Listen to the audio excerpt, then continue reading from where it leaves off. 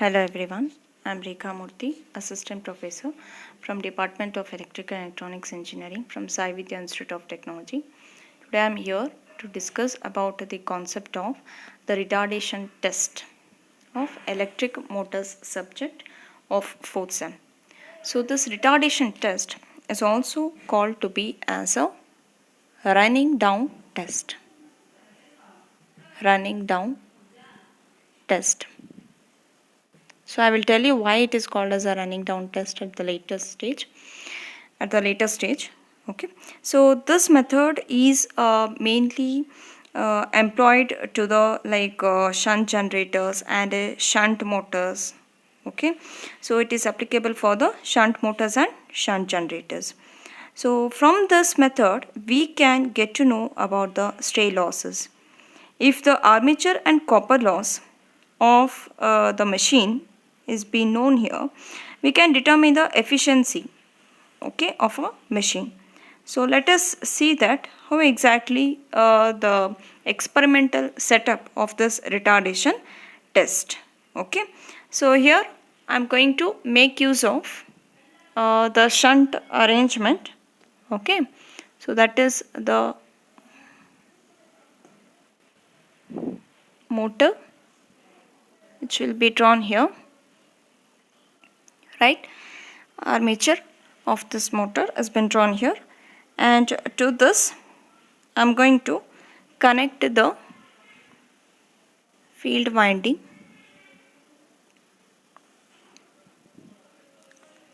So here this field winding will be separately excited with the DC supply. So this will be a separately excited field. This is separately excited field. Okay.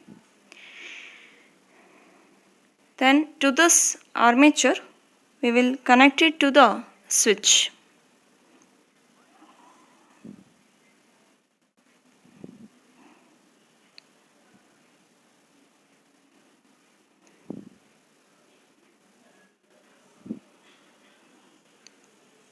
Like this. Okay, and here we will see that the switch, it will be switching to the two directions. So like this. Okay, so initially it will be one position. So that one position will be controlled by this starting resistance. It will be controlled by this starting resistance. Okay, so this starting resistance can be included by supplying the DC input, DC supply. Okay, so this will be the DC supply, and this will be connected to the on the other side of this, you can call this as position 2. Okay, and at later stage it will be switched to the another direction, so that I can call it as 1 dash, and one more position will be 2 dash. Okay, so here also to control this we are going to connect one ammeter along with the rheostat. So I am going to make use of a load resistance RL. Okay, and here to measure the voltage across this armature we will connect one voltmeter across this point. So this is about the experimental setup for the retardation test. Okay, so here the machine whose test has to be taken, it will run at a speed which will be slightly above the normal speed, and the supply to the motor is cut off while the field is kept excited. the armature will get slowed down, and its kinetic energy is used in supplying that rotational or the constant losses, or the rotational losses or the constant losses, which may include the iron friction and windage losses. So that is why this is called as running down test. Why? Because the supply to this motor is cut off at one stage, it will be cut off and it will be shifted to this position, right? And the field excitation is kept excited continuously. But there you will find there will be a change in the voltage drop that can be identified or examined by this voltmeter. What is going to happen? Okay, so the armature will slows down. Once this switch will get it will get shifted to the 1' and 2' position. So it will slow down and its kinetic energy will be used in supplying the stray loss. So that kinetic energy will be utilized to provide a stray loss, which will include a iron friction and windage losses. Now let us consider I as a moment of inertia of the armature. Now let us consider I as the moment of inertia.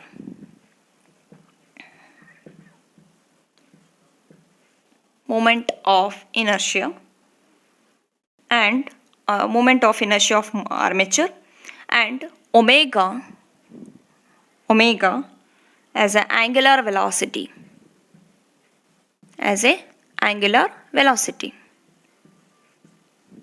Okay, so since here the field is being excited separately, and I am going to give a DC supply here also.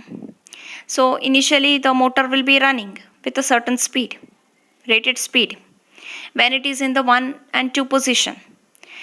Suddenly when you shift this switch to the 1' and 2' position, this armature will get slowed down. So that time instant which will take up, okay, so we are going to provide some loss. So what is that loss? Is constant loss. So in that the armature will be rotating with certain inertia. So that inertia we will consider it as I, and omega as a angular velocity. Okay, so what will be the kinetic energy obtained by the armature?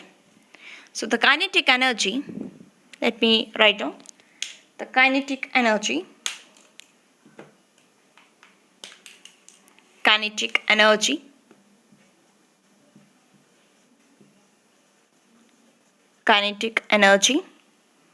of armature. As we know that we can express kinetic energy as what? Half into half mv square, right? But here this is with respect to the moment of inertia. So it can be written as half I into omega square. mv square means v will be the velocity. Here omega is the angular velocity. Okay, and instead of mass, so we can take it as moment of inertia. So half I omega square. So now let us write down the what will be the rotational loss. So rotational loss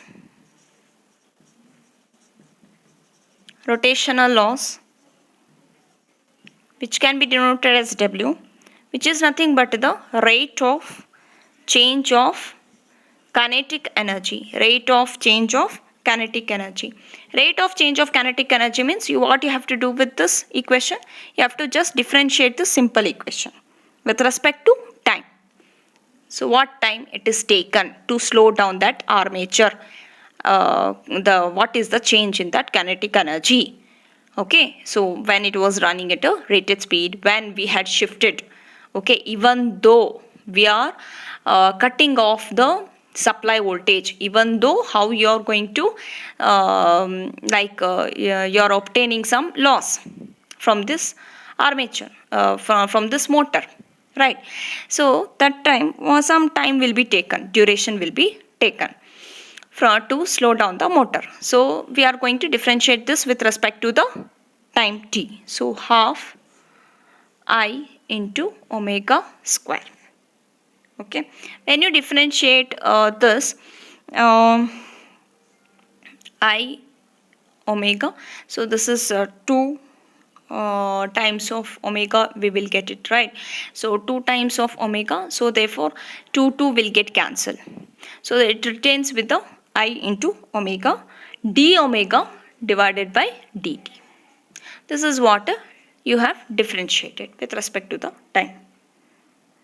So let us write, as you know, what is angular velocity omega? 2 pi n divided by 60. 2 pi n divided by 60. So we know that omega is equal to 2 pi n divided by 60. Right? So therefore, capital W, that is the rotational loss or the stray loss, capital W, I am going to get the value as, I am going to substitute the omega here as a 2 pi n divided by 60.